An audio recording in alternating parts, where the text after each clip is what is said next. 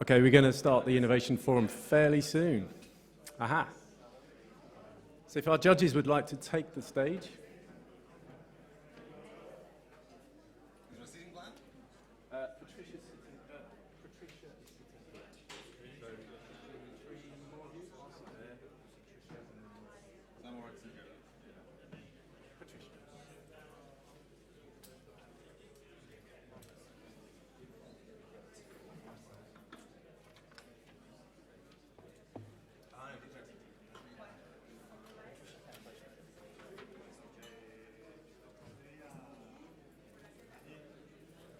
So good afternoon, everyone. Good evening, almost. Yeah, please do. This is the best part of the day. It's the really fun bit.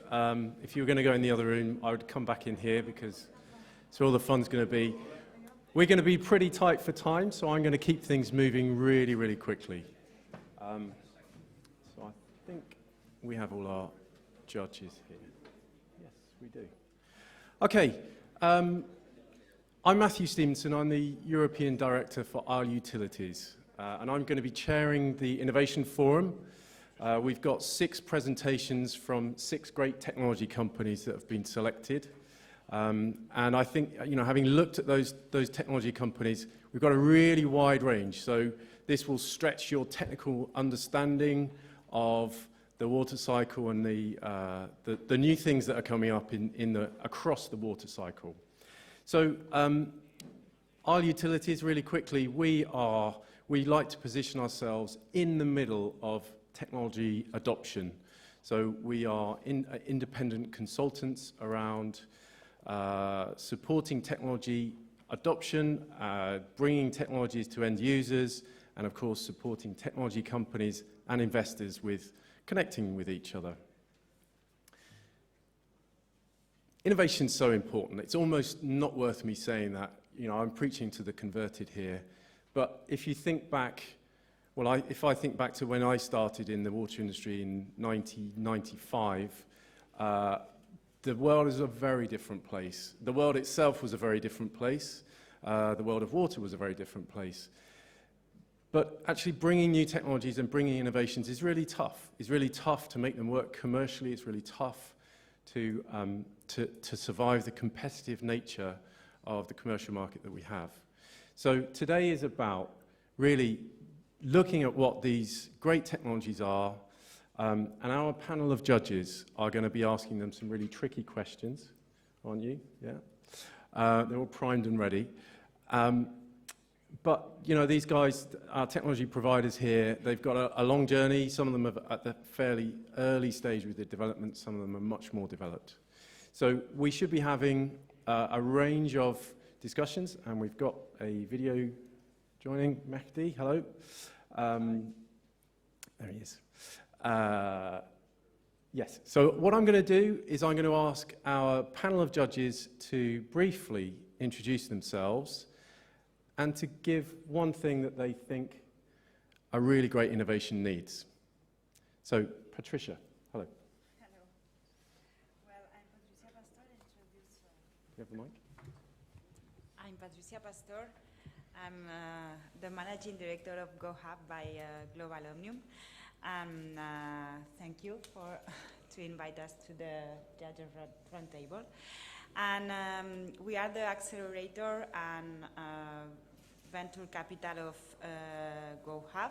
We invest in startups in deep tech, in water, industry, and smart city.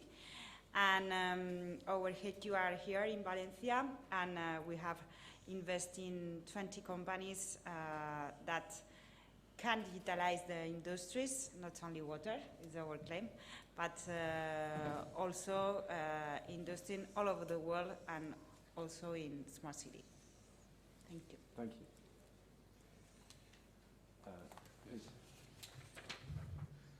My name is Juan Revuelta. I'm the CEO of the Foundation Finnova. Our headquarters is in Brussels, but we have also presence in Latin America, Panama, Mexico, Chile, but also in Romania and in Spain. In our opinion, we focus innovation trying to develop public-private partnership. Our foundation tries to help innovation through EU funding, EU legislation, and EU networking. And what we manage is Startup Europe Awards on behalf of the European Commission for scouting that startups and scale-ups in water, in energy. We have 22 verticals, trying to help them in participating in Horizon Europe in the next period, 115 billions euros, and other different programs, and is what we try to do. Brilliant, thank you. Afternoon, everyone. My name is Richard Riggs. I work for Saudi Aramco Energy Ventures, and Saudi Aramco Energy Ventures is a corporate venture capital group, wholly owned by Saudi Aramco, which is the national oil company of Saudi Arabia. We are initially a $500 million fund investing in North America and Europe into startup early-stage technology companies which have technologies of interest to either Aramco or the Kingdom of Saudi Arabia in energy-related topics. So we're investing typically between 5 and 10 million per company in technology areas like oil and gas, chemicals, manufacturing, and water. We've done 2 investments in water companies of 35 or so total investments. Those are Oxymem in Ireland, which we invested in and then sold to DuPont at the end of last year. And the other one we've invested in is Typhon Treatment Systems, a UK-based company which is an innovative UV LED disinfection technology. So we're looking for startups. We've got money to invest. We're looking for startups and early-stage companies which have really unique technologies, addressing a big market, and if used by Aramco or other parties in Saudi Arabia, would have a substantial economic benefit. To answer your question, what's the one thing that startup companies need? I'd say it's customers. They need a lot of things, but one of the most important, of course, is customers who are willing to pay. Yeah. Hello, great pleasure to be here in front of you today. My name is Martin. I'm the CEO of Green Innovation Group.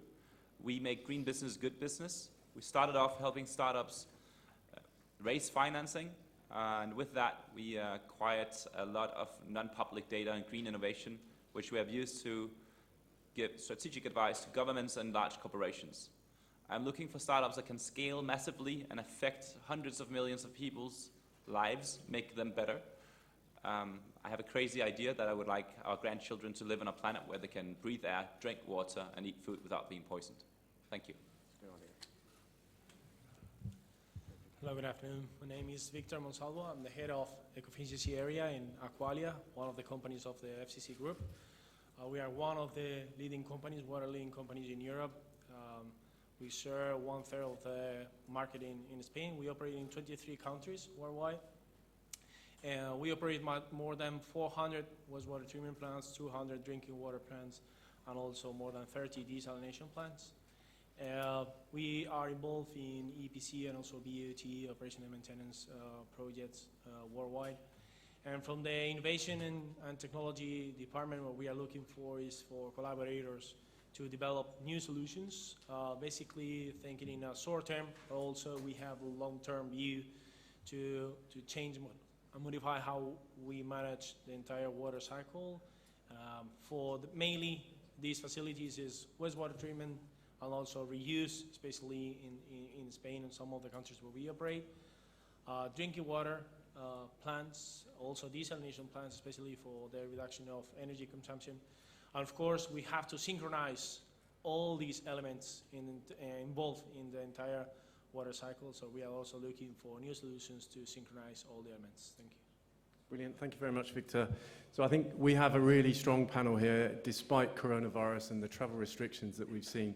We've got a great panel, so I think it's going to be a really great session. Let me tell you just how we're going to do this. So each of the technologies is going to present for 7 minutes, there or thereabouts. I'm going to be very strict with time, because at 6:30 there's a bus leaving apparently, and we all need to be on it. That's not a metaphor, that's actually a bus. So 7 minutes per presentation, and then the judges will ask the presenter some questions. At the very end, we will do some judging in private, and at the gala dinner tonight, the winning technology will be awarded. So there's a huge prize. There's a huge prize. There's a certificate, I think. Thank you. So with time in mind, I'm going to bring forward our first presenter. It's Bruno Abreu from Scubic, please.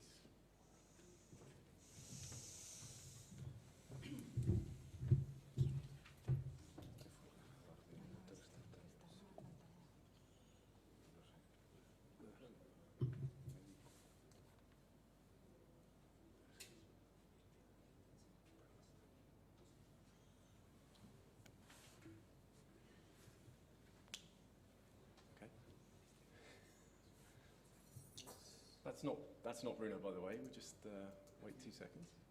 Okay. That's you. Right, stay.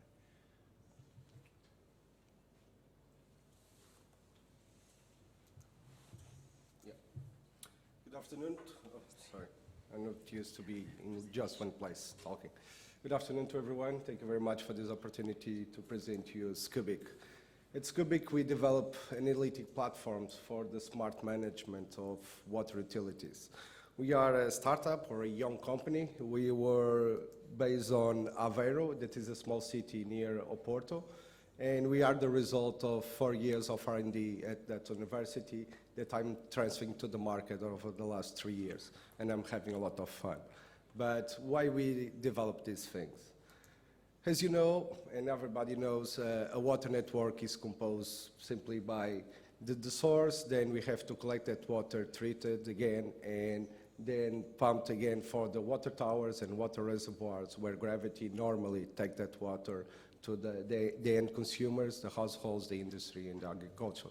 However, on the upper part of the water network, worldwide, we spend over 15 billion euros every year on energy just to transport water from the source until the end consumer.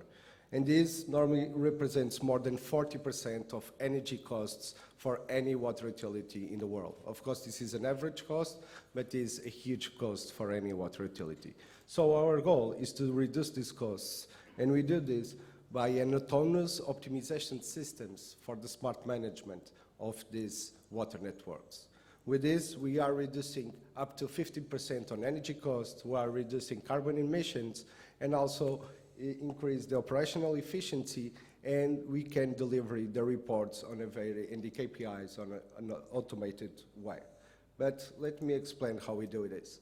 Over the last years, water utility have invested a huge amount of money in monitoring systems to monitor all the assets of the water networks. And these numbers will increase on the next years because they are installing smart meters in every household spread in Europe, US, and most of the countries. What we do, we connect with our client's database, and together with artificial intelligence, the weather data that we impose, the energy price that varies during the day, if the water utility has any type of energy production, like solar panels or wind towers, we input this information in our algorithms so we can deliver it in real time.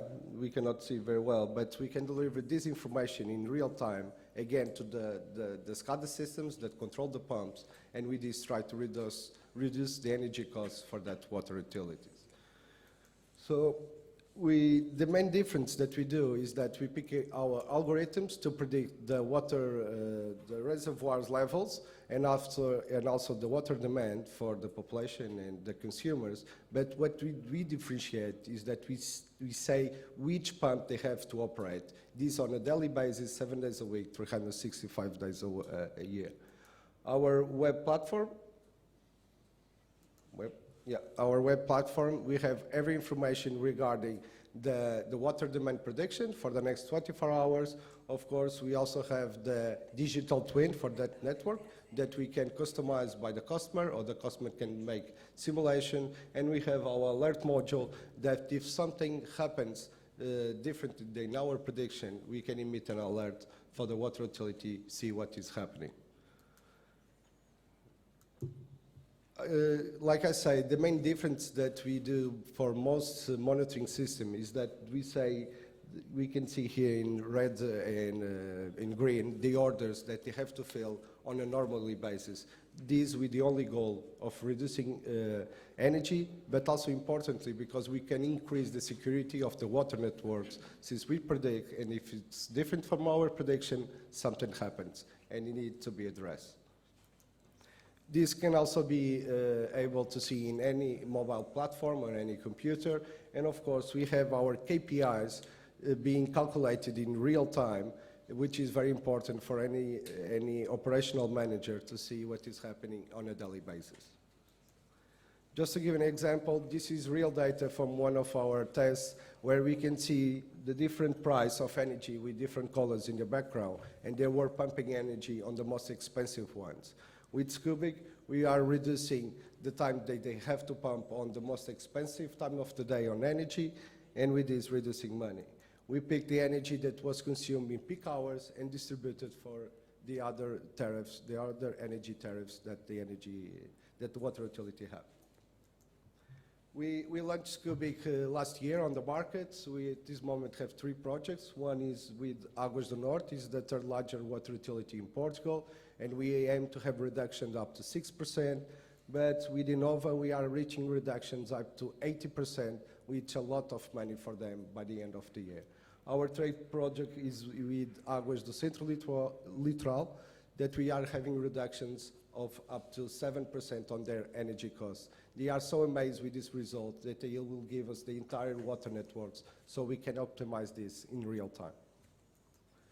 But this is just the beginning. What we are seeing is that water utilities are investing in different energy systems like solar panels, wind turbines, and other types of energy production source. So this makes a problem because the energy price will vary every day. This is the reality in Portugal. Here in Spain, sometimes it's different because they have different energy price every day. So we need a system that can calculate and say how they should operate that water network in the most efficient way, and with this reducing the energy costs. And that's Scubic 2.0, where we will have dynamic energy price, and we'll say on that network how they should operate on a daily basis. So just to wrap up, this is a high return on investment since we are reducing costs. It has low risk because you only have access to the database. And of course, we can integrate different sources of data, reducing the time that energy management have to make all the math to calculate the KPIs, and of course, reduce the carbon emission, reduce water leakage, and very, very importantly, increase the security of our water networks and for our water source.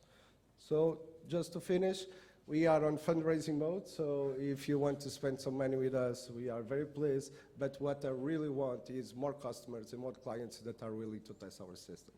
Thank you very much. Thank you very much, Bruno. Thank you for keeping to time. Just stick around here, and we're going to get some questions. To be in front of. Ah, okay. Who's going to hit me? Face the lions. So, who has a question? Who has a question to start with? Anyone? I have one, which is how are you currently extracting the value from your business? How are you getting paid? Which business model? We start by picking just a success fee to the water utilities. We get there, we say, we will take everything that we save on the first year for the first 2 years, and after the second years, it's all yours. Nobody takes us seriously. And also this is public teasers normally here in Spain, in Portugal. So public teasers working with success fee, they're not used to do those things, and it's very difficult. So we charge one fee at the installation and a maintenance fee over a 3 to 5 year contract. And do you plan on keeping that as you grow? No, I really want to be a success fee because sometimes we get reductions of 20%. I will get much money than the one that normally we ask. Thank you. You talked about water from reservoirs. Can you give any comments about scenarios whereby if your water source is desalination? Desalination? Still applicable? Well, desalination, the biggest problem is energy. That's for sure, yes. By predicting the water demand that that plant needs to produce, we can put them producing just the right water for that day. And with that, we can reduce costs. The water reservoirs, we can do some predictions based on the water that is being consumed. But when you have a reservoir, you have rainwater, snow that is melt, and probably you have other startups that work better on that subject. Victor. Can Scubic also include parameters in terms of quality, not only the quantity of water that we are storing and demanding, but also the quality in the source and also the quality required by our end clients? And also, as you know, there is an increasing concern about cybersecurity. How do you cover this? Well, in terms of quality, of course, because since we only pump the amount of water that's going to be consumed on that day, the water will remain on the tanks for a very, very short time, or for 24 hours. So with that, we can increase the quality. Of course, we can also say that they can reduce the amount of security water that they normally have on the tanks, so we can increase the quality of water. Also, if we have the data from that quality, we can build our model to predict how the quality will work out on a specific model. But again, if we have the data, that's sometimes the biggest problem. There is not enough data for us to predict the quality that's going to happen to the water. Anyone else? Yes. Congratulations. Have you considered to participate in some EU funding calls from the government of Portugal, from the European Union, or have you participated in other competitions? Yeah, we have some grants from the Portuguese government, small ones. We participate on H2020, but since the cutting line was at 13, we were always hitting 12.9, 12.8 for 6 times in a row, so I give up doing that and start looking for other types of funding.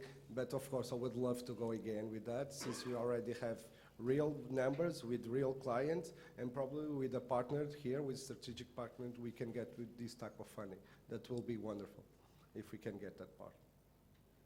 Brilliant. Thank you very much, Bruno. Thank you. Thanks. Thank you. Okay, I'm going to call up Matteo Dell'Amico from MobyGIS. Matteo is the founder and managing director.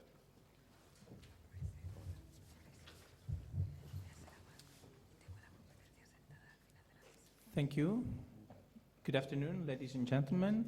It's a pleasure for me to present our solution, WaterJade, water prediction for water utilities. When we talk about predictions, the first thing that probably pops up in our mind is weather forecast. And probably we all can admit that there has been a nice development and increase in terms of accuracy and also in communication. But still, weather forecast struggles to answer one crucial question, which is how much water will flow to my plants in the next days and months. This question is particularly interesting for many businesses that rely on water availability for the daily operations, like hydropower companies that need water to produce energy, or just water utilities that need water, stock water, and then to deliver to the population. And this question is particularly difficult to answer because there is not a linear relationship between precipitation and flow. In fact, the system is much more complex because we might have snow, groundwater, river network, and evaporation. And so making a model of water prediction might be a kind of a challenge. In this context, also global warming is making things much more difficult. Why? Because global warming is changing the water regimes of rivers in all over the world. So historical data are not more valid. So you cannot simply use simplified empirical models based on the past, because that is not valid anymore. And also, we are experiencing a market pressure. If you look at hydropower, the market has reduced the margins, so the companies need to optimize very much water resources, and water supply and water utilities need to avoid water interruptions, supply interruptions, because the cities are much more vulnerable to lack of water, and things can become very costly in case of water absence. So here comes our solution. We use data, of course, and we use models to provide an accurate prediction of water inflow to the production plants. How do we do this? Well, we use multiple sources of data, like from in situ stations that we can access by open data, satellite images, and numerical weather predictions. All these data are feeding a modeling chain that comprises different, let's say, aspects like physical models that can split the precipitation into liquid and solid, so we can take into account the snow, downscaling procedures from passing from coarse data sets like satellite images or seasonal forecast into local scale, and machine learning for doing analytics. The services, we can provide predictions or, let's say, water data dealing with multiple situations like extreme events, snow, monitoring, drought, climate change, and of course, river discharge, along multiple time spans along the timeline, like reanalysis, realcast, or short-term forecast, seasonal forecast, or climate projections. So how do we interact with a customer? We have developed a dashboard where the customer can log in and see his own plant. Here is a very simple schema where you can see the water collection and where you see the catchment that is putting water into the reservoir. And then there is a water treatment, of course, and then there is a population that is asking water. So by putting together water demand, water offer from the catchment, so we can improve and optimize the reservoir management. So here is an example of a prediction of water inflow in one reservoir for the next weeks. And the same we have done for the water demand. And so by simply putting together equations on mass balance in the reservoir, we can provide a decision support system where the customer can see if the demand and the inflow prediction are putting into trouble one of the reservoirs. So the advantages for this system is that it's customizable according to local configurations, can be globally expanded because it can be applied to whatever climatic conditions, and is accurate. How accurate? So we did a benchmark comparing that, let's say, the normal approach of water managers, which is probably to look at historical data or historical mean, and with our solution, and we reduced the error by at least 40%. And these are seasonal forecasts, so we can do even better for short-term forecasts. So how do we make money? So we can interact with our customer by a consultancy service, so we provide data, or software as a service where we can provide the access to a calculation platform where the customer can autonomously do the calculations. And our customer segments are engineering companies, hydropower companies, water utilities, public authorities, and insurance companies. The addressable market is pretty big.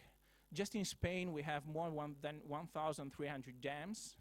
And in our niche, we estimated the addressable market of more than 30 million euro per year, and the same applies to hydropower, where we did a survey of all hydropower plants bigger than 10 megawatt, and so we have also a big, an addressable market of more than 500 million per year. We have already traction. We are selling this solution to second, third, and fourth biggest hydropower company in Italy.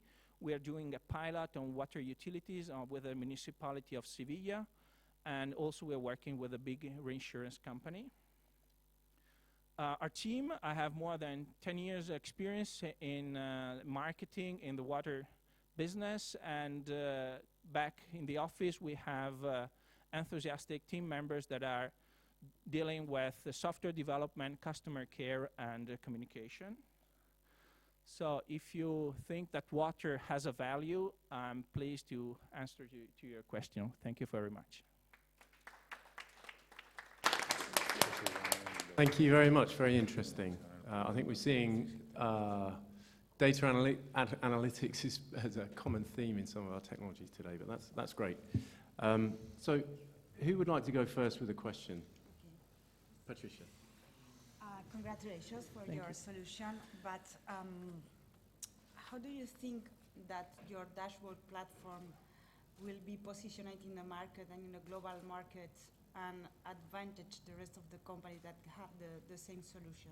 Do you think that is a problem to center the business model in that kind of dashboard platform? I see the point, and actually it might be a problem. In hydropower, probably the market is made up by less companies that have multiple plants. We might have 150 globally big companies. In water utility, we have much bigger numbers. So the go to the market might be more difficult. That is why we are now seeking to customize in a way our solution to provide it as system integration to other companies that are providing solution to water utility as an add-on on their solution. Because we think, as far as I saw in the market, most of the solution are on others on the analytics on the downstream application, so from water treatment to distribution, and not on the upstream where we are. So we think that our solution could be easily deployed on other, let's say, platforms that are already on the market. Okay, thank you.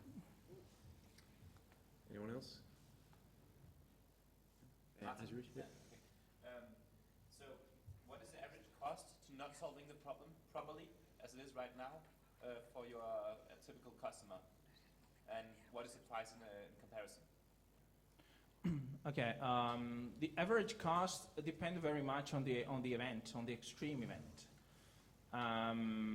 If you go in overflow, if hydropower goes in overflow, it can be millions of euros of lost water because it has not yet the water to produce the energy. And otherwise, if we go on, say, on the normal range of daily business, which is in the trading, so the cost of not having a solution or not having accuracy, in a sense, is in penalties to the energy market. So you have to pay fines because you are not complying with your own production plan. And that can be, I think it could be around 3 to 4% now for each utility. And if you look for the insurance market, here is an example. Last year along the River Rhine, there was a low flow of the river. The navigation was interdict. And so the companies along the river cannot get water to cool the plants. So just one company, BASF, experienced 80 million losses. So I mean, the cost can be very, very high. And the solution price in comparison? The fixed fee, or is it how much you save them? At the moment, with hydropower, we are on a fixed fee, just because they at this stage they are a little bit conservative, and then they don't want to, let's say, to express how much they're saving. So at the moment, we are on a fixed fee. But I think within a trust, let's say, relationship, we can also provide another business model. Thank you. Just to clarify, the data you get, is that captured by your own company? Or I'm just thinking, presumably governments all over the world have spent a lot of time developing systems to predict weather, hence we get the weather reports every day. You must be able to access that, presumably. Let me see. We are relying very much on in situ stations, like we access to open data technology, so a lot of meteo stations are available right now.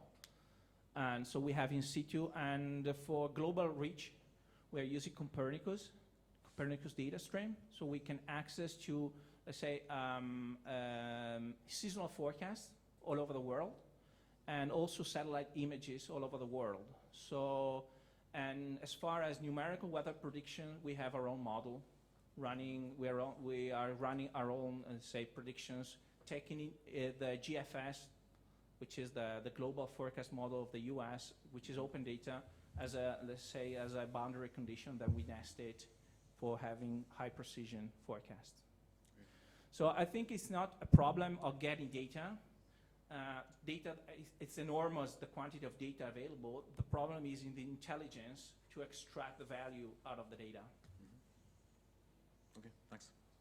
Thank you. I've got a quick question. Are there any other companies doing similar things to this? Yes, of course. There we go. And I think it's a luck. It's a fortune to have other competitors, because it means that there is a market. I have much more experience in hydropower. In hydropower, there are other companies doing, let's say, water prediction, which is different from weather forecast. Okay, it's a little bit more complex. But there is, for instance, a Spanish one, Meteorologica, who is a very, very recognized, and is doing forecasts for the energy, like wind, solar, and now has also integrated water. And of course, at the service level, this company is a little bit higher than ours, and we are located a little bit on the accuracy curve. We need to expand and improve also, as I said before, also integration and platform for our customers. That is our next goal. Brilliant, thank you. One more? Very brief, last question. What about your personal experience in the European Union? I mean, in the European Union arena, because I have seen the sale of excellence, etc. Yeah. What does it mean? Yes, it's actually, the European Union is a great source of grants, at least for us. We have been lucky via the Copernicus incubation, or let's say the space tech has given us very good visibility. Also, I must cite the European Data Incubator for, let's say, big data and analytics that we were awarded. Then I would say the Parsec, Climate Kick. So a lot of, let's say, accelerators, incubation, EU funded, appreciated this solution. How much? In terms of the grants, I would say we raised around 350K until now. Okay, I'm going to say thank you very much, Thank you. Matteo. Thank you.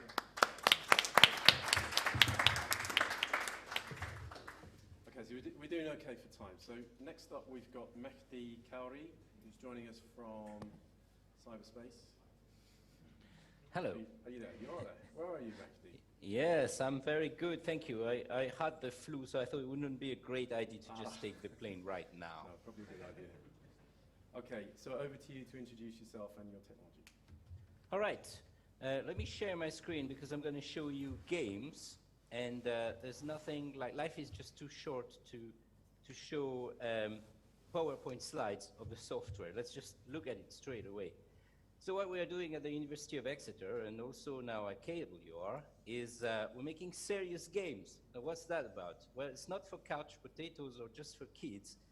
What we're doing is we're making games for stakeholders, for customers, but also for engineers, in which you've got a model online, you can tweak it and see what happens.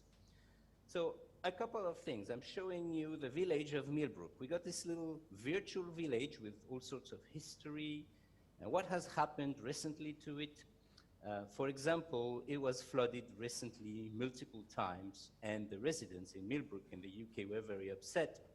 A workshop was organized, and they were convinced that they were getting flooded because of this reservoir there flooding through the village. But actually, that's not what happened. What happened is, if you look at these little fields there, you can see they're cow fields. And the cows, intensive farming, are compacting the earth, so the water is not absorbed by the fields. So the workshop was not working. People were very tense. They were blaming the wastewater provider for not having big enough pipes under the village. And you know, it's a tense thing. We were in the UK, people were drinking tea, stayed unshakably polite, but were extremely tense. The equivalent of a riot in France and another country. So if you switch into a high-cost infrastructure, a hard engineering solution, I'm going to tick between the two, the flood print is exactly the same. Note that when the house is in red, there's more than 50 centimeters of water in the house. When it's orange, it's between 30 and 50 centimeters inside. So, yeah, expensive pipes under the village, not the solution. But if you look at the whole toy village around it, if you look at the terrain, you can drag and drop on these three areas a different farming system. And if you use a no-tiling system in green, like drag and drop in these three areas, suddenly you notice 95% of the flood is neutralized. So what happened is the accountant of the parish was actually playing that game, and very, very quickly, straight after, noticed that not only farming profitability was greater, but that the flood was literally neutralized forever for a much smaller budget than building huge pipes under this village. So this is the first example of what we could do. And I'm going to show you something completely different. We've made another serious game which is actually playable during the conference at Wex-Global 2020. It's online through a Chrome browser. There's a link via Twitter. And you can actually play the role of a policymaker. So in that case, you have to save the nexus. And in that particular game, you have to drag and drop different policies from different sectors, like water, energy. Then you click next turn, and then something happens to your system. There's a dynamic model that calculates the consequences of what's happening to your system. And then you can see things like climate in purple going down, or electricity. Hi, Mehdi. We're not seeing the graphics change at all. Okay. Can you see my web browser right now? No. Okay. What if I do this? We can see you, yeah.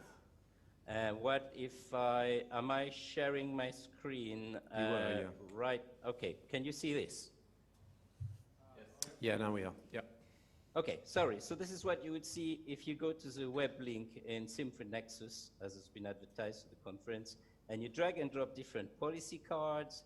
You click next turn, there's a model connected to it, and you can see this rainbow and these indicators about climate, energy, food going up and down. And basically, you could have a detailed version of it in which you could see this whole complicated model with energy balance and land use.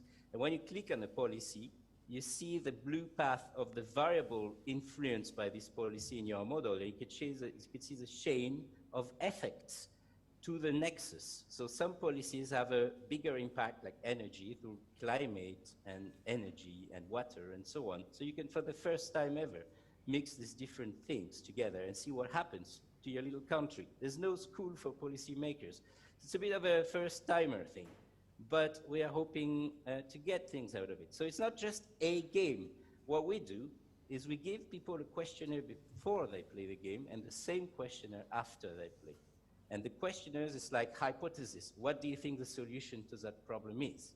Do you think it's pushing more money into energy or water? And then after they play the game, you observe that they respond to the questions differently. So I'm going to show you something slightly differently. Can you see my graph right here? No. Okay, so that's the beauty of this sharing system. So let me let me get there. If you can probably not see anything. So it's a graph which will show you that people answer very differently after they played the game. So it's a good old-fashioned psychology experiment.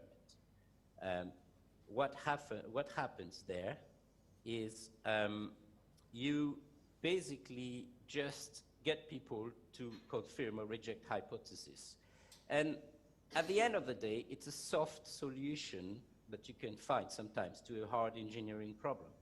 So it's cheap, it's dirt cheap. What's happening there is you make people learn by doing. You make them discover solutions to a problem by themselves. So instead of finding 95% of the problem technically and being stuck at the last 5% to get people to adopt your solution, you get them to adopt it, look at it, view the inner working of it and accept or reject it, but at the same time, they manage to get to it by themselves. And finally, because climate change, the regulator is getting tense. So we got to find new ways for service providers to engage customers, to engage stakeholders, to get their act together so that water, which was cheap and plentiful, can still be accessible to all, but this requires a generalized effort. And this is one way to reach people. Mehdi, that's been very good. Thank you very much. And that's I know how difficult it is trying to do these things remotely. So thank you very much. If you're done, I think we're going to move swiftly on to some questions. I've got a few questions if you guys haven't, but hopefully you have. Victor, yeah, far away. Hi, thank you. Can you hear me? Yeah, perfectly. Yeah, according to your experience, what is the acceptance of the main stakeholders in the water sector of your product so far? That depends on the stakeholders. Are you talking about the service provider? Are you talking about the residents? What? Services providers. Okay. Services providers, they are interested, but it's a little bit like the chicken and the egg, right? Which one came first? It's new tech. So because it's new technologies, they're not too sure if it's working yet, they've never tried it before and all that. But actually they're surprised by the result. In the case of Millbrook, this little game for this flooded village, the parish directly changed their investment strategy and didn't try to victimize the service provider anymore. They tried to, in fact, fund the farmers around the village. So you could say it's a success story in that particular case. There's a lot of potential, but it's underexploited at the moment. Not many people use it. Go ahead, Martin. So, speaking of users, if you're talking about games, you're in an extremely competitive landscape. How do you plan on acquiring users? What will it cost you? And how much are they paying you? Well, speaking of users, that depends on what product and what kind of customers you're looking at. If you are looking at people, let's say, like a service provider that wants to do customer engagement, it's fairly easy if they got a model of the shelf with already, an Excel spreadsheet, something that's fairly well defined, showing consequences of decisions and different things. There's a minimum investment because then for a few £1,000s, you get an artist and you can just get an online thing set up with one programmer in a couple of weeks because the technology has gone that far. You don't need a team of engineers anymore. So we are within a few, if the model is already done, the scientific model behind what you want to show, we're within, let's say, between £3,000 to £6,000, which is like ridiculously low as a price, and it's fairly, you say there's a lot of competition, but weirdly enough, there's not. A serious game, you need expertise in two domains, software development, but also psychology. You need to be able to prove that playing the game has changed people's behavior. And combining these two things together is actually not that common yet. I think you misunderstood my question. I'm trying to figure out how many users do you have and what are they paying you? So it's a research project so far. So we've been doing things in collaboration with different service providers, pro bono kind of, because it was more like a collaboration financed by the European Union. And personally, as a consultant, I've been developing a few things and I've had like 3 or 4 customers because it's starting. Yeah. Thank you. Go ahead, Richard. Yeah, I guess it's a question along the similar lines, or maybe not a question, but more of a challenge I'd like to hear your comments on. I guess the challenge would be the scalability of the technology or company as it is. Sounds like it's quite a niche application for a limited number of users and utilities and or governments that, and therefore either you have to charge an extremely high price or simply not grow that much. Good to hear your thoughts on that. Actually, there is as many applications as you got processes you want to optimize. For example, you want to optimize a team work of technicians working on pumps, and perhaps they all need to get their act together, like a Star Trek bridge of some sort. That's so you have a model underlying that, and you need to get them on this online platform to get their things together. That you could transpose that to pretty much any domain. So actually, there's a lot of potential in as many serious kind of learning domains as you can imagine. It's just it works better than an 80 pages long report to learn how to do something by doing. So in terms of the market size, can you say what that would be in terms of number of users as a potential? Well, any company that wants to optimize a team-based process for team learning already, that's a teaching tool, that's a lot.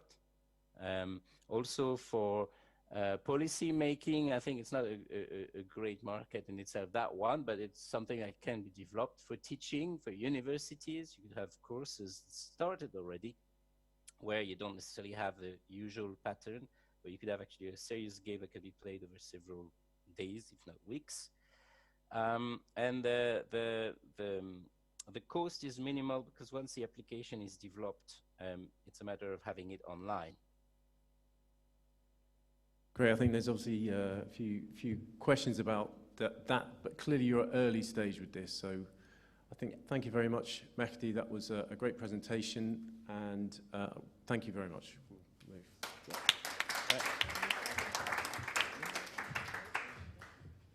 So let me call now William Janssen from Desolenator.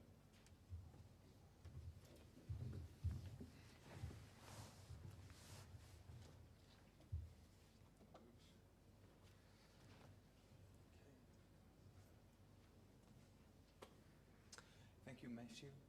Esteemed panel. Ladies and gentlemen, thank you very much. My name is William Janssen. I'm founder and CEO of Desolenator, and we are a solar desalination company. I thought of starting this article on a light note by immediately throwing the word war into the equation. This is an article that came out a while ago, written by Thomas Altman of Aqua Power fame. And in the article, he looks at the energy and exergy of desalination at the moment. He looks at both the input power from various sources, and he looks at the various methods that can be used for desalination. And he reaches some very interesting results, of which I've displayed some here. When we are in this switch from fossil fuels to renewable fuels, we can look at what is currently being done, and we can draw some very interesting conclusions about what might potentially happen in the future. The current most efficient way of obtaining drinking water from seawater is using reverse osmosis, which is all the way at the top, the lowest energy consumption. However, if we go all the way to the bottom, we see MED, and we see something very interesting. We see that the electricity consumption for MED is actually lower. It just requires a lot of thermal energy input. Now, in combined cogeneration power plants, as they are littered around the Middle East, there is an abundance of heat waste available to run these thermal desalination plants.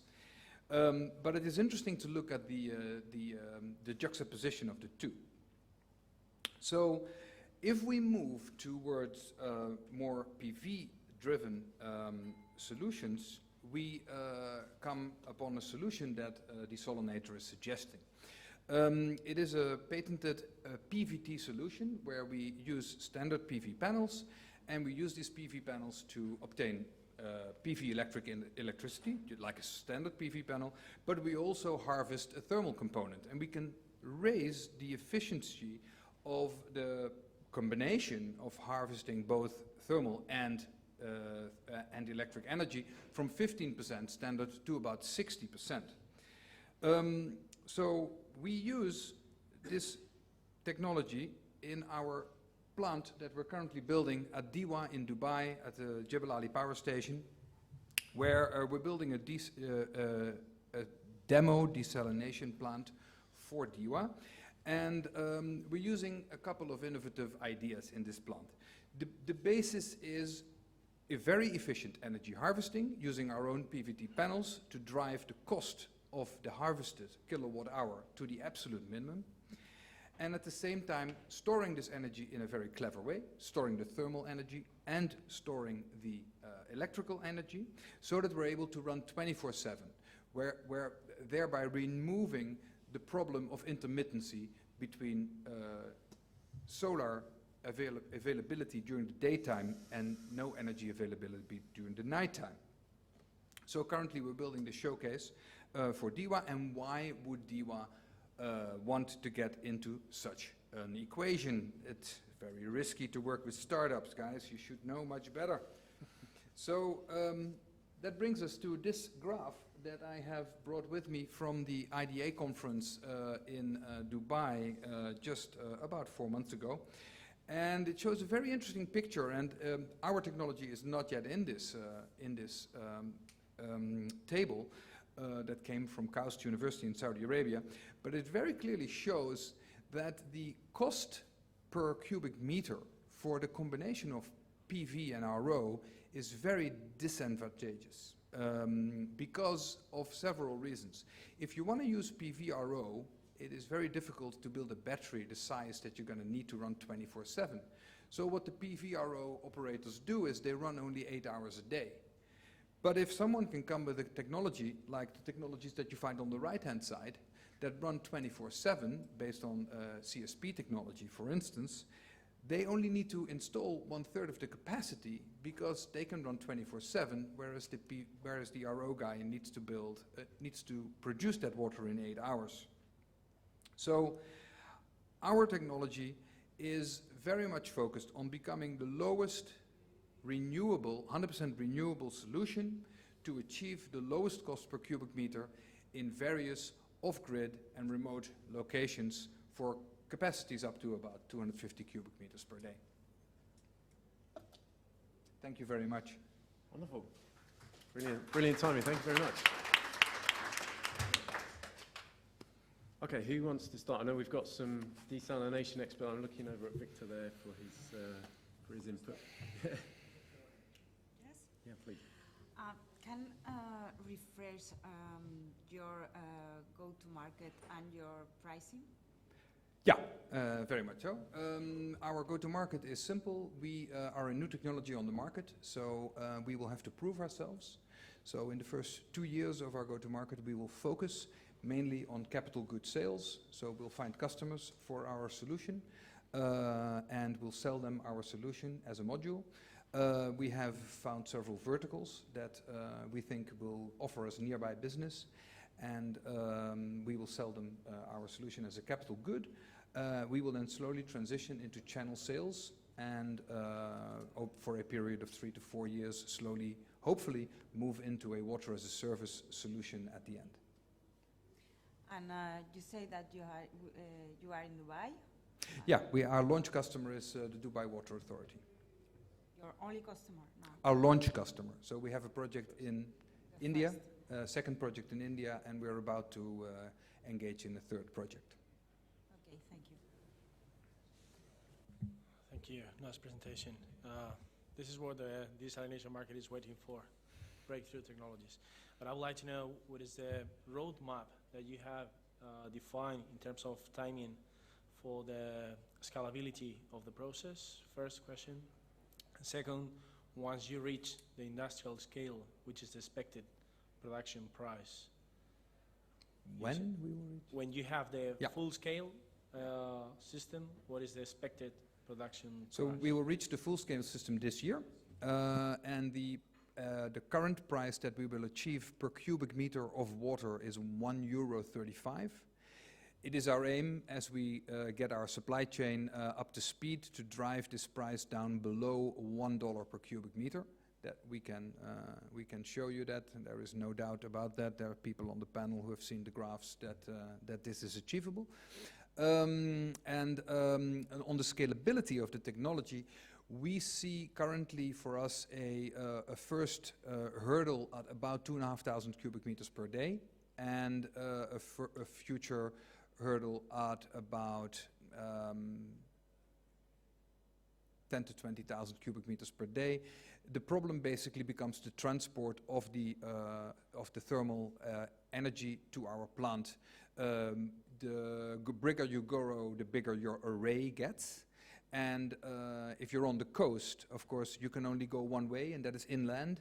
So the bigger your array gets, the desalination plant is going to be further and further and further away from the center of the array. So you have to transport all that heat. So we are currently looking at those barriers. And are you planning to offer the whole solution? I mean, all Yeah. the elements will be offered by your company? Currently, what we offer the customer is a turnkey solution of energy harvesting, energy storage, in combination with desalination.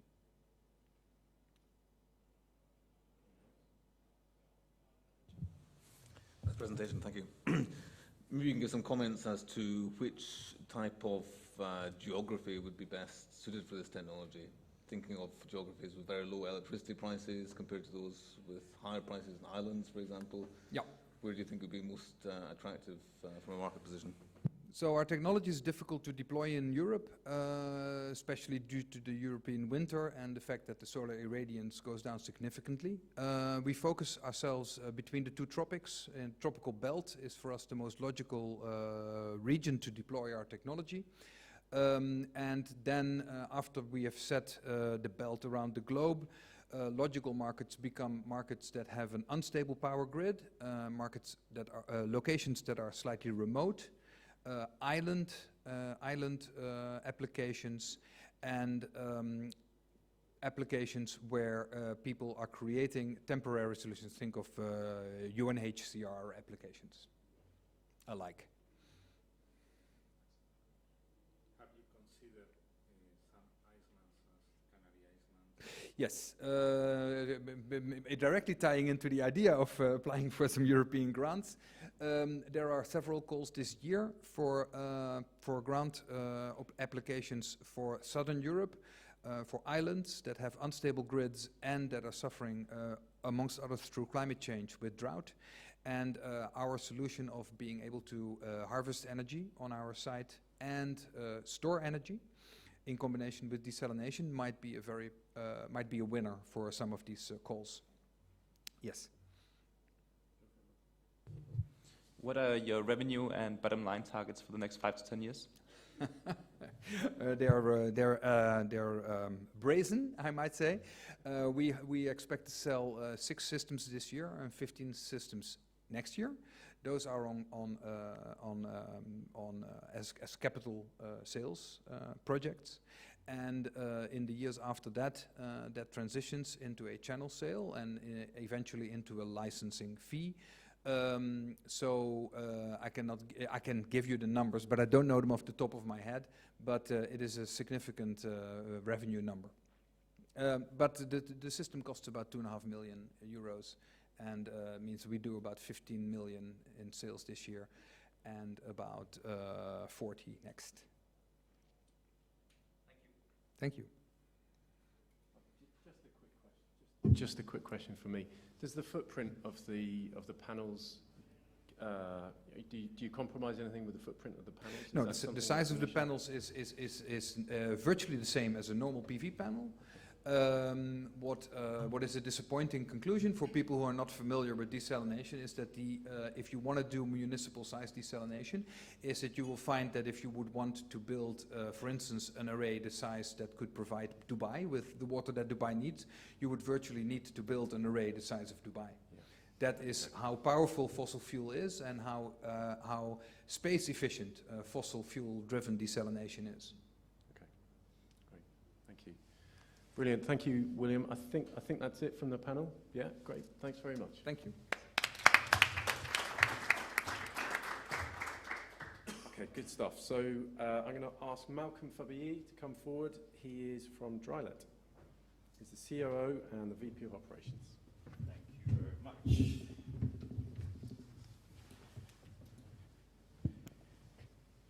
So I want to thank all of you for attending today's Innovation Forum. I'm with Drylet. I'm the CEO at Drylet, and we've been around for just a little over 5 years. I'll be speaking to you today about the use of biocatalysis for enhancing the circular economy. Biosolids are an immense problem. In the US alone, we generate about 25 billion cubic meters of biosolids.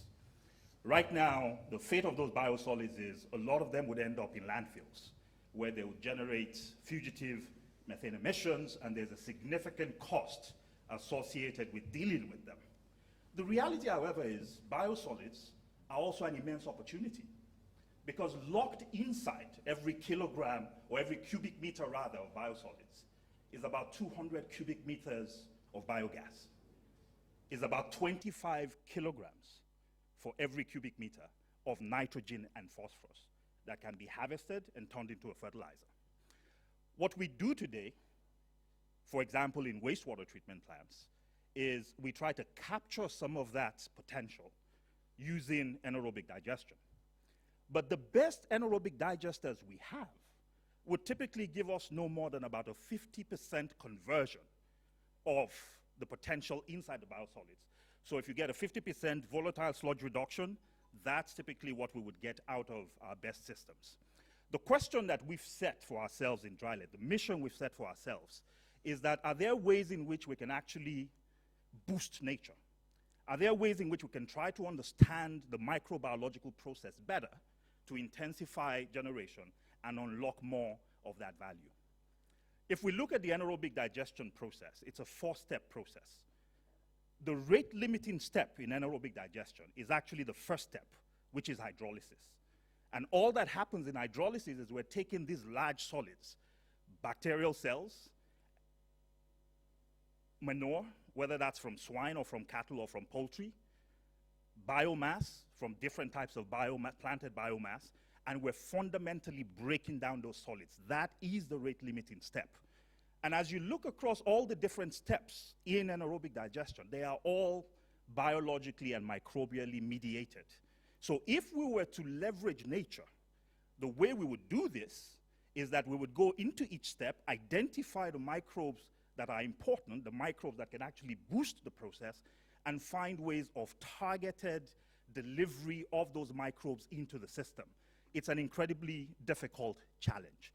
The way that we would typically do this in wastewater plants today is if I want to boost the hydrolysis step, I would spend a few $1 million buying a thermal hydrolysis unit, heating it up above the boiling point of water, increasing the pressures so that I can actually rupture the cells, and that tends to be not just capital intensive, it also in many cases takes away from the lower greenhouse gas and energy footprint that we're trying to establish.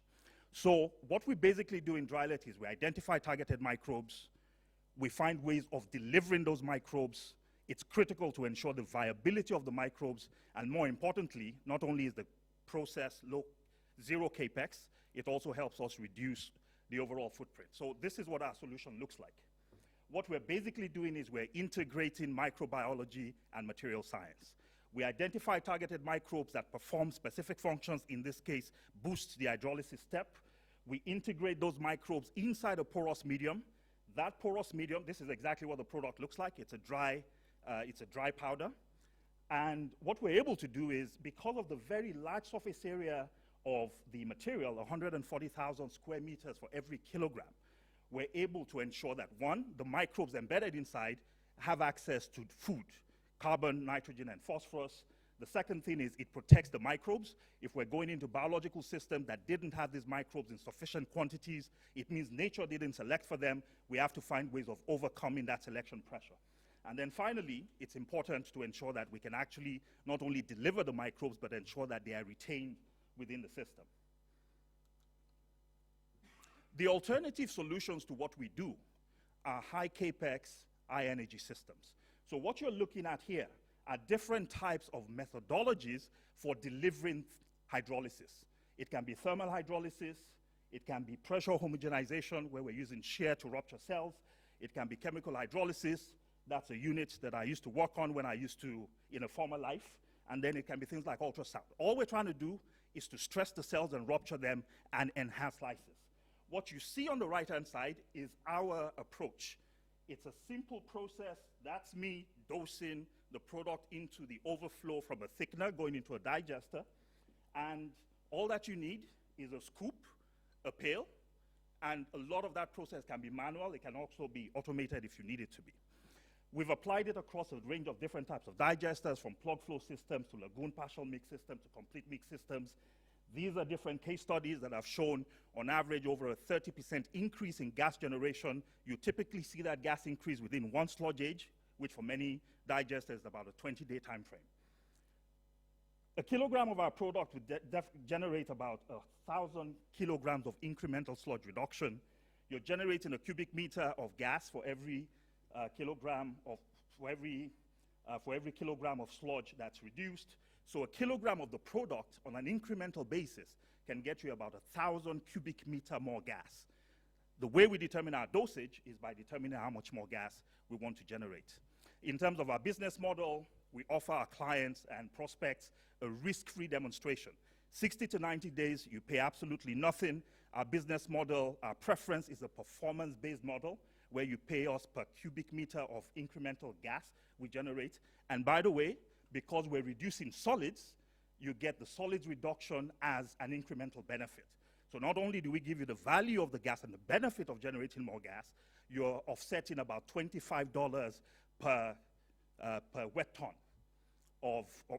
or in the case of euros, about 25 euros per wet ton in terms of the increment of the cost to you, if you were looking at this strictly from the perspective of sludge reduction.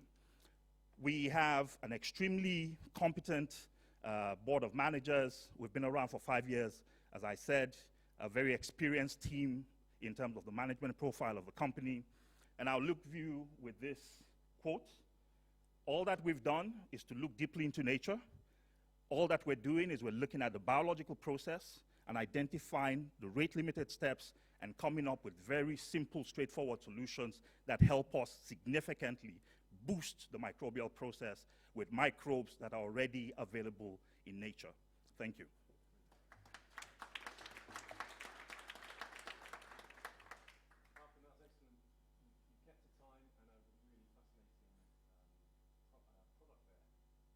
Anyone got a starting question that would like to kick off? Okay. Patricia. Could you explain better your business model? You sell the product or the services? We do both. So if somebody wanted to buy the product, we would sell it to them for about 40 euros per kilo. At that point, they can walk away and use it. But we also have a number of clients. And then, by the way, for that 40 euros a kilo, for that 1 kilo, they are generating 1,000 cubic meters of incremental gas. In addition to that, they're getting the benefit of a reduction in solids that's at least about 500 kilograms of incremental solid reduction. So apart from the value of the biogas, they have a reduced amount of solids to manage. Now, we also operate in some markets. So for example, in the US, one of the biggest market sectors opening up to us is the renewable natural gas market, where people are basically going into animal farms, cattle farms. They're generating renewable natural gas, and they're able to sell that gas in some markets for as much as 20, 30 times the market rates of natural gas. So what we do in order to be able to scale very quickly is to basically tell them, why don't you let us come in, put the product in, you're getting paid $80 per MMBTU for the gas, and all we're going to do is charge you about $10 or $20 per MMBTU. It only costs them about $5 per MMBTU to use the product to get that amount of gas. So that way, it de-risks their operations. We take on the risk, but we know that the benefits of doing it on a performance basis is much higher than we would get if we were just selling them the product over the shelf.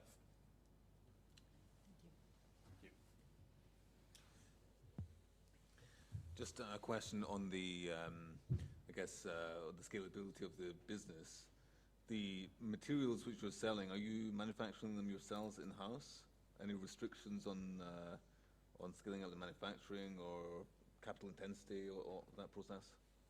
No, so we actually, so there are two major raw materials. One is the media itself, which is silica.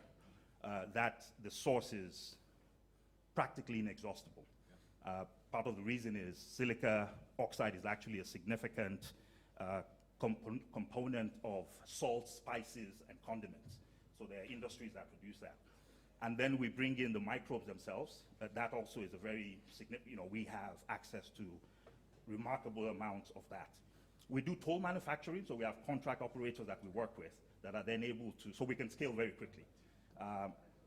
Within a week or within a month, we can actually scale to supporting, we've done this for the US, almost the entire US market, working with the current toll manufacturers that we work with.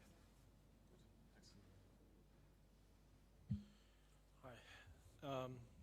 Have you seen any impact in the quality of the sludge after digestion? I mean, we have a new regulation coming in Europe that we have to produce pathogens-free sludge from wastewater treatment plants. Can this powder impact on that? So when we applied this to the digester, it's not really fundamentally changing. All that it does in the digester is reduces the overall amount of solids that are in the system. We're not enhancing the pathogen state of the sludge beyond what is there. And then the amount of material we're adding is actually a very small amount. So it doesn't change the quality of the sludge. We've seen cases where it's improved the waterability, but typically that's not that's not the primary thing that we're selling, so we've never really bothered to quantify that or to sell that. But it doesn't fundamentally change the pathogenicity, the pathogen state of the sludge. Well, I see very attractive the proposal to have a 60 or 90 days trial in a wastewater treatment plant. And I was also willing, if you have run a business model, for example, in a country like Spain, where the price of the biogas is no more than 150 megawatts hour, where the digester are oversized with a retention time of more than 30 days, and the price for the sludge management is less than 10 euros per ton. Do you think that in that case, even the solution can be profitable? So the first question we would normally ask is, what is the volatile sludge reduction in your digester? So for example, we had showed it's gone. But we have some digesters where the retention time is actually as much as 6 months. Not in wastewater, in the animal industry. So the most important question for us is, what is the VSR? If the VSR, the volatile sludge reduction, is already higher than 65%, we can't help you because that system is already very optimal. So that's the question. So you're right, you can have systems with longer sludge ages, but the first question for us is, if the VSR, if we find out it's still lower than 55%, it tells us that regardless of what the sludge age is, that system fundamentally can actually still be significantly improved upon. Thank you. Thanks. You're operating just in the United States, also in Europe. Have you started in Europe? We're in Europe as well. In fact, David there is... Where, in which countries? So we're just starting a new demonstration in... We're launching in the UK quite shortly. We're about to launch in Germany. We've done a trial in the Netherlands. We've just finished a trial in the Czech Republic. We just launched a trial 2 weeks ago with the second largest utility in Italy. We're doing animal farming in Portugal, in Romania. And we've got a trial in Paris. I probably missed one or two, but we're... Enough. Yes. There's real references, and we're quite active on the continent. Excellent. Thank you. Thank you very much, Malcolm.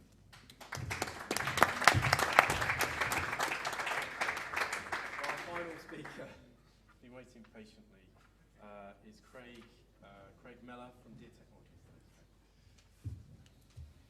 Right, hi everyone.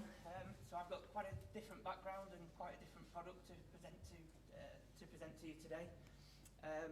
my background, I'm a chartered accountant, was then involved in a property business. We built a large 20,000 student bed accommodation business in the UK. That exited in 2017, and since then I've basically looked for something else to invest in that met my passion and I was interested in, hence Deer Technology.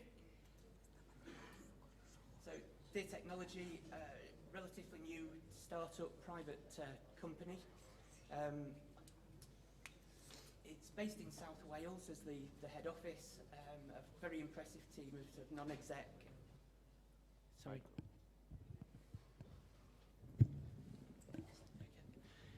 Very impressive team of non-exec and exec directors that have built up successful businesses previously. And our innovation, so it's very, very, very simple. You'll be pleased to know it's very quick.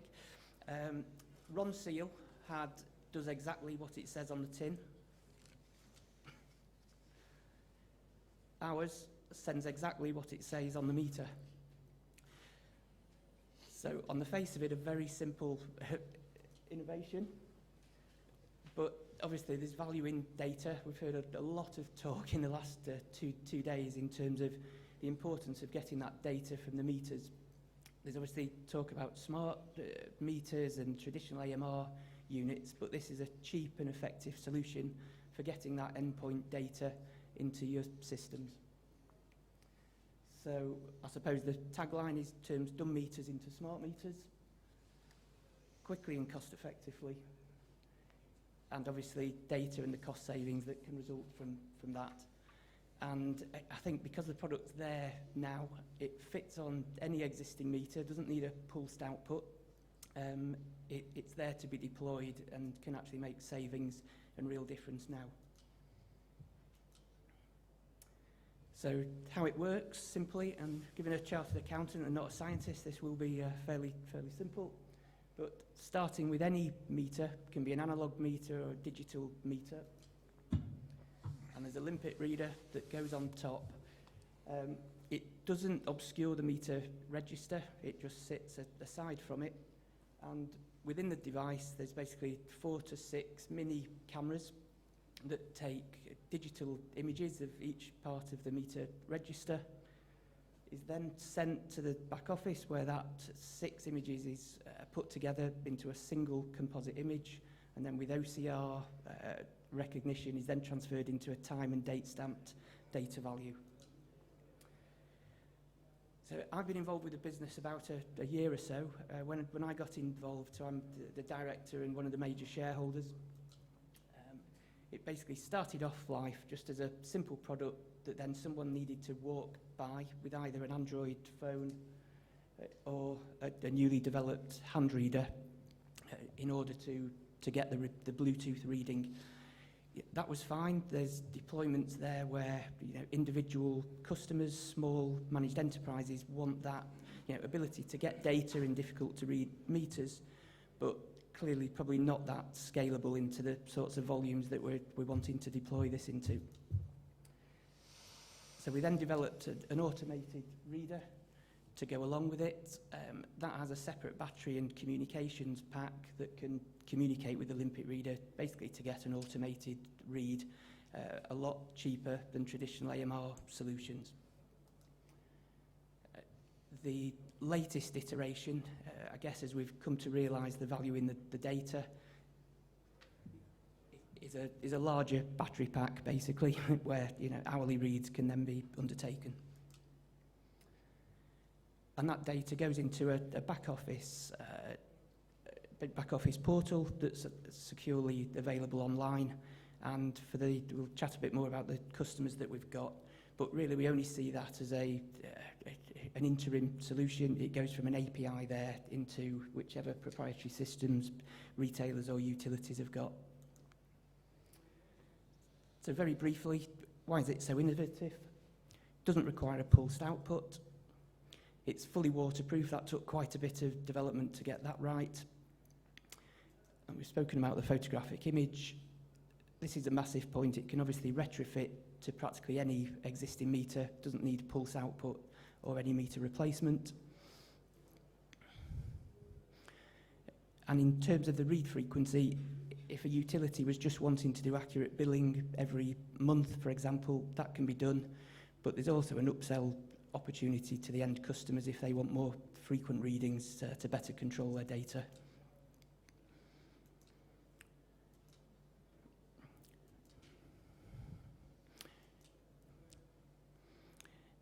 Just that third point there in terms of the UK, and at the moment we're only in the UK, and obviously this is the first time at Wex, obviously exploring the potential for a wider rollout going forwards.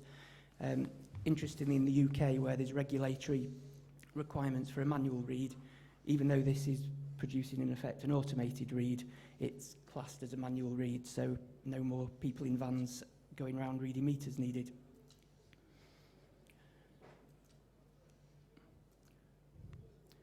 Okay, so I think Richard said importance of customers. We are only in the UK, but at the moment we're wanting to get the technology robust and right. Just a selection there, and very different customers. Sunderland City Council, they've done a rollout as part of their Smart Cities project. They just wanted to get better data from their water meters that they couldn't get from either traditional AMR, which might not have worked in certain situations, but also just the cost restrictions on smaller usage sites. CBRE, obviously a massive globalist asset manager, they're wanting to bill their individual clients accurately based on sub-meters and the like, so they're a client in the UK.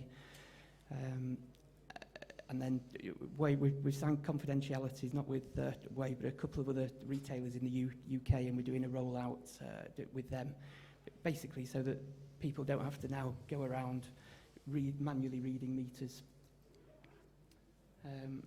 That was just one quote we've done with National Trust, and the case study there was they were being billed on manual reads, but just a simple transposition error made they were actually charged 10 times more than they should have been. So they're obviously pleased with this technology.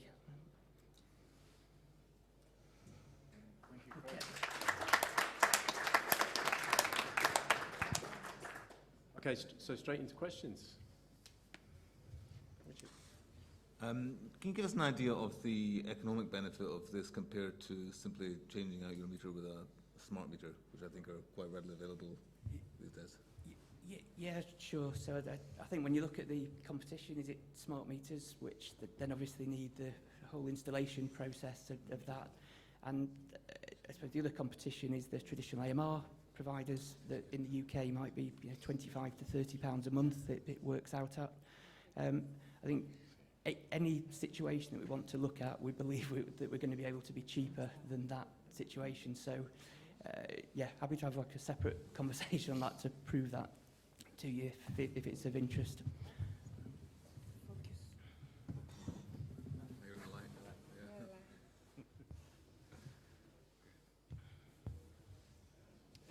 What is the approximate cost of the device then, and what sort of profitability do you have on it?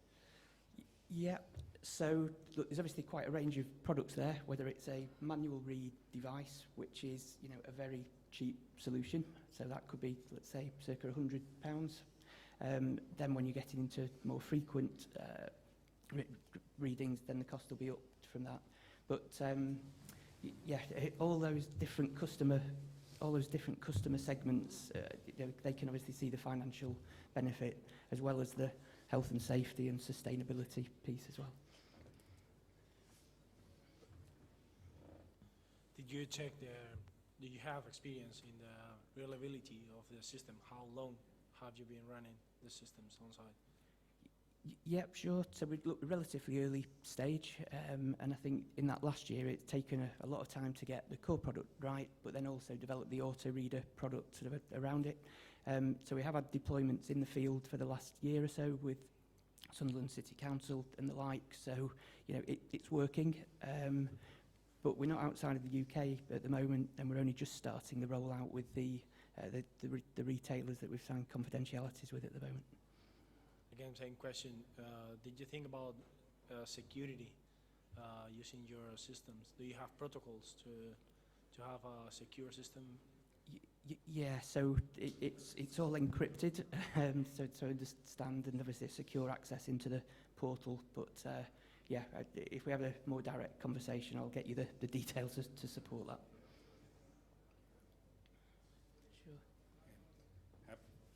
Sure.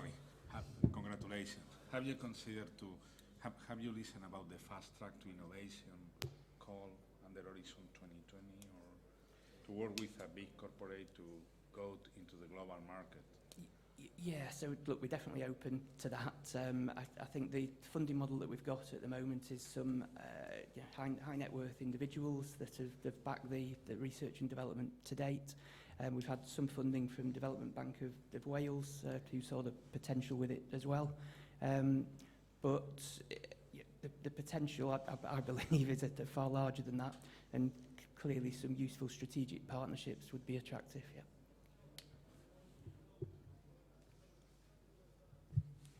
So with the price point starting at £100, there are certain markets where you're not as viable as you are due to labor costs and so on. Which markets are you targeting, and then within which time frame? Sure, I think that might be the case, but that's why we're here today. So I don't have the answer to that, but that's why I'm here networking and seeing the potential. And I think where we've not got any fixed view on a particular model is it.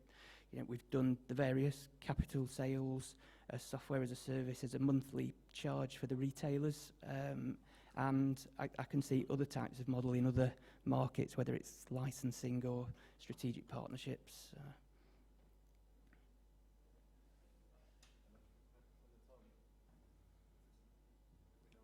Okay. The target customers are the end users rather than utilities, is that right? No, so in the UK, it's basically the way it's worked out is either the end customers, where the city councils and the hospitals have wanted to get better data, or the actual retailers that are responsible for billing the customers and wanted to be able to do that efficiently. Okay. One question from the audience, an unusual. Okay. No, I can't resist asking. Just, in terms of the Portuguese market, your day-to-day, classical mechanical meter is around 20 to 25 euros. Okay. Nowadays, I've seen some basic digital meters, solutions and all that, coming at around 40, 45 euros per meter. Now, again, if you're producing 10 iPhones, it costs $1 million each. I mean, if you're doing Apple quantities, it costs less than 5 euros a piece. Therefore, with scale economies, do you see ultimately being able to have just the cost, the unit price for the thing that you attach to the existing media ever coming below 10 euros a unit? Thank you. Look, certainly the unit cost will come down from where it is at the moment, because we've been doing relatively small volumes, and the orders have been able to be fulfilled on prototypes. So clearly the unit cost will come down. Whether it ever gets to that level, I'm not sure. I think when you do look at the alternatives and how widely they've been deployed and the various constraints for that, I think this fills a niche. Thank you very thanks so much. much. Thank you very much. Round of applause. So that does conclude the Innovation Forum. Thank you very much for everyone for attending. First of all, thank you very much for our judges. It's been fantastic. You've posed some tough questions. But also thank you very much to the presenters, because I know how difficult it is to stand up and be grilled. So thank you for that. Thank you for the sponsors of the Innovation Forum, Aqualia, one of the leading innovative companies in the water sector today. So I'd say round of applause for our presenters and our judges. Thank you very much. So we will now be judging the presentations that we've seen, and I think tonight at the gala dinner there will be a presentation for the best. Okay, so look out for that. Thanks very much.